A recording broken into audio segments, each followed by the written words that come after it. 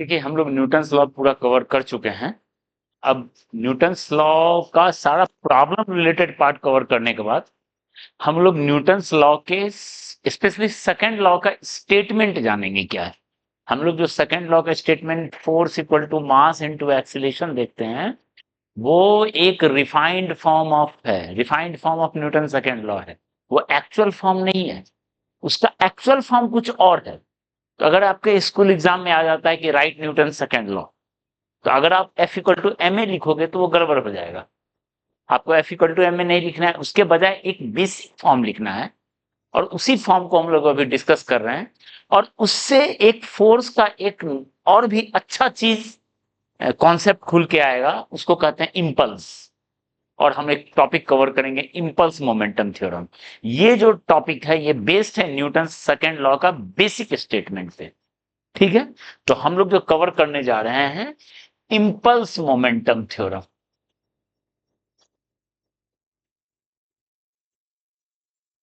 ये क्या है इसको भी हम लोग समझेंगे, और इस पे ये न्यूटन सेकंड लॉ पे बेस्ड है।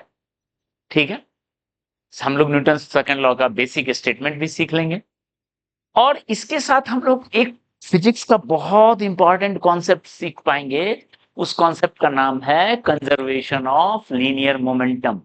वो फुल्ली सबने सुना होगा क्लास 9th में, बॉम्ब एक्सप्लोड करता है तो मोमेंटम कंजर्व। ठीक है, तो वो मोमेंटम कंजर्वेशन वगैरह जो है सब यही लॉजिक से आएगा, इंपल्स मोमेंटम से आएगा। ठीक है, उसको कैसे करते हैं ये देख लेते हैं। हम लोग क्या कर रहे हैं देखिए, न्यूटन फर्स्ट लॉ, अगर एन मतलब न्यूटन फर्स्ट लॉ, तो वो था अगर नेट फोर्स जीरो है, acceleration it implies acceleration zero, vice versa. ठीक है, और एक्सेलरेशन जीरो को ही कहते थे इनर्शिया ऑफ रेस्ट या inertia of motion, uniform motion, better to write uniform motion. ठीक है, ये था बेसिक हमारा first law. Newton third law जो था वो तो अलग ही था, वो था force on 1/2 equal to force on 2/1 का माइनस, उल्टा। Every action has equal and opposite reaction. ठीक है, ये थर्ड लॉ हो गया। फर्स्ट लॉ जिस फ्रेम से वैलिड है, the frame in which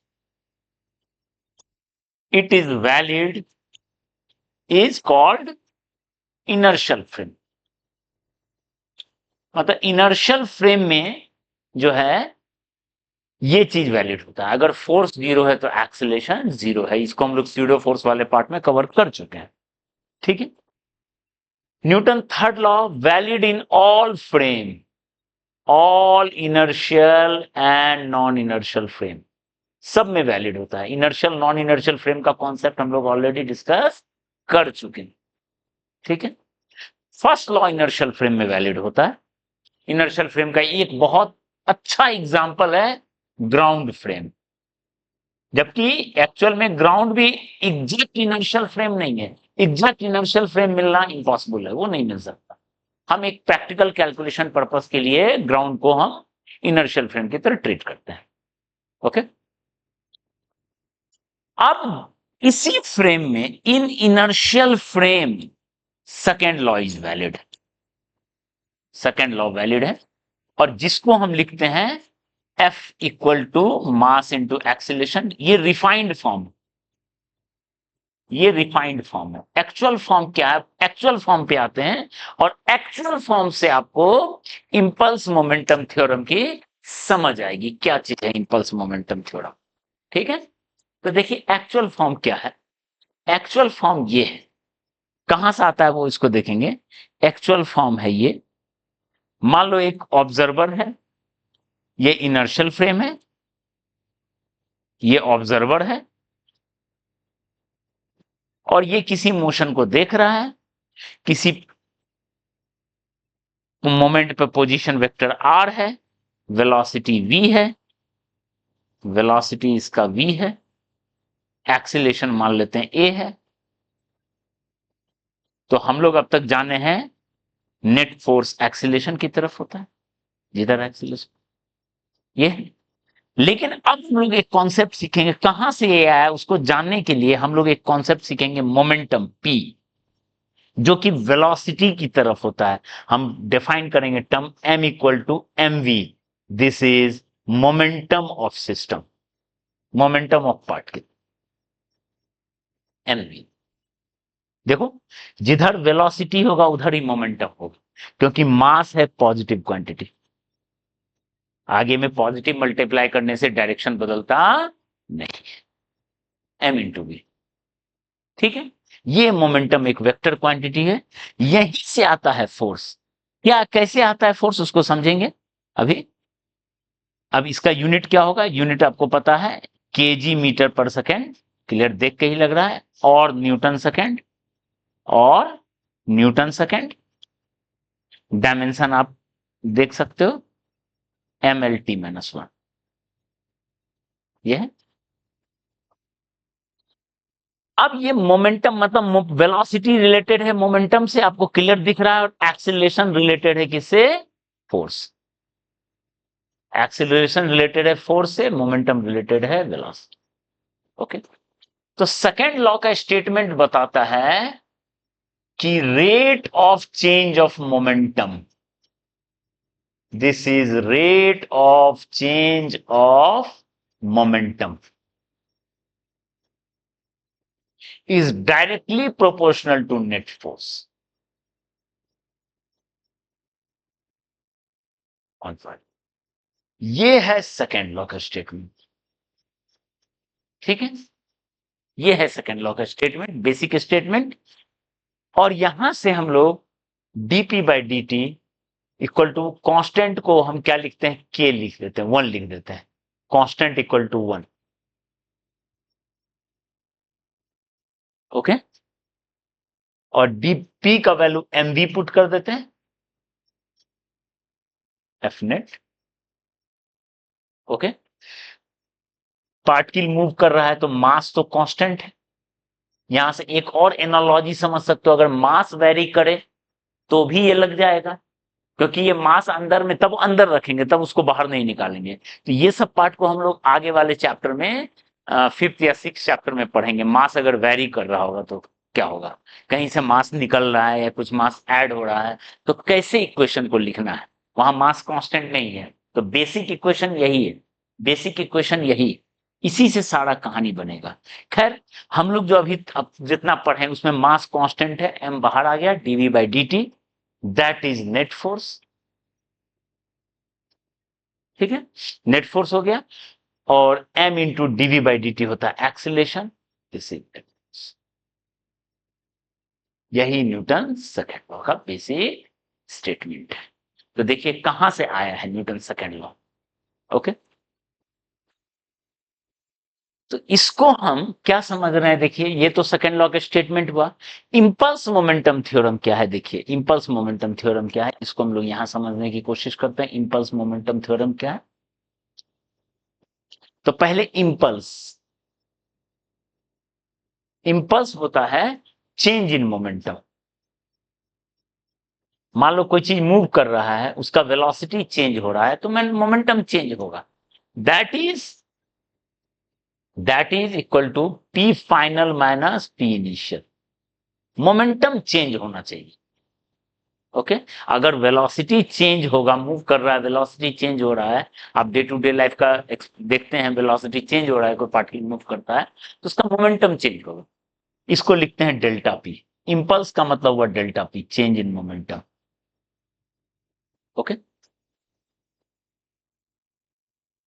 change in momentum, impulse हुआ। तो अब देखिए आप क्या, इंपल्स मोमेंटम थ्योरम का मतलब क्या हुआ, ये देखिए DP by D T equal to है नेट फोर्स, आप क्रॉस मल्टीप्लाई कीजिए, एफ नेट डी टी, और इंटीग्रेट कर लीजिए इसको।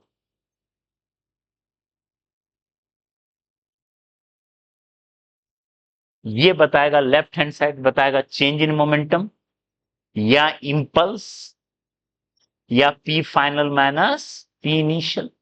ये लेफ्ट हैंड साइड बताएगा, और राइट हैंड साइड बताएगा फोर्स का इंटीग्रेशन।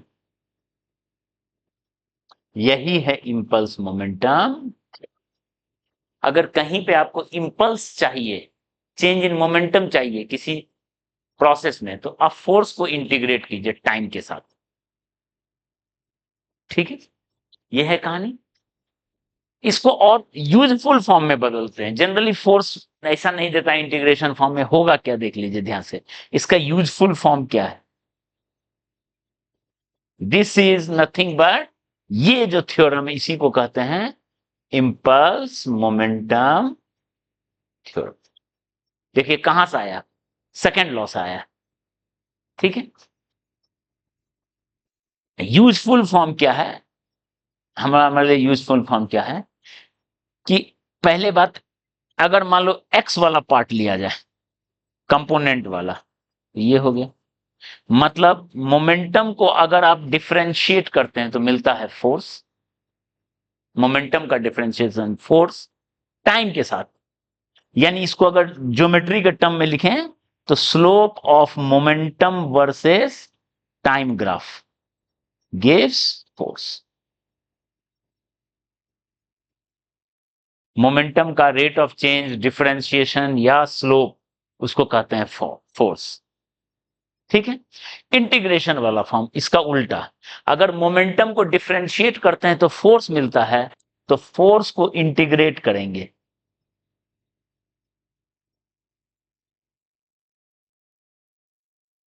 तो मिलेगा मोमेंटम, या चेंज इन मोमेंटम, या इंपल्स। ठीक है, जो यहां वेक्टर फॉर्म है वहां है वो स्केलर फॉर्म है। ठीक है, लेकिन इसको और यूजफुल फॉर्म में क्या बदलेंगे? अगर मान लो हम ऐसा भी लिख सकते हैं, F average force into delta T. मान लो फोर्स को इंटीग्रेट नहीं करना है, फोर्स का एवरेज वैल्यू दिया हुआ है, तो average force into delta T, यही इंपल्स हो गया। फोर्स इंटू टाइम, ये बताएगा चेंज इन मोमेंटम।